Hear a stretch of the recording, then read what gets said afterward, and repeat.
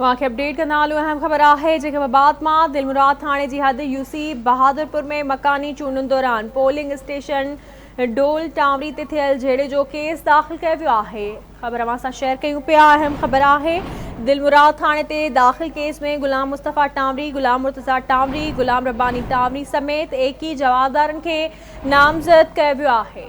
तफ़सील मालूम कंदासीं नवाज़ सोलंकी खां। जी नवाज़।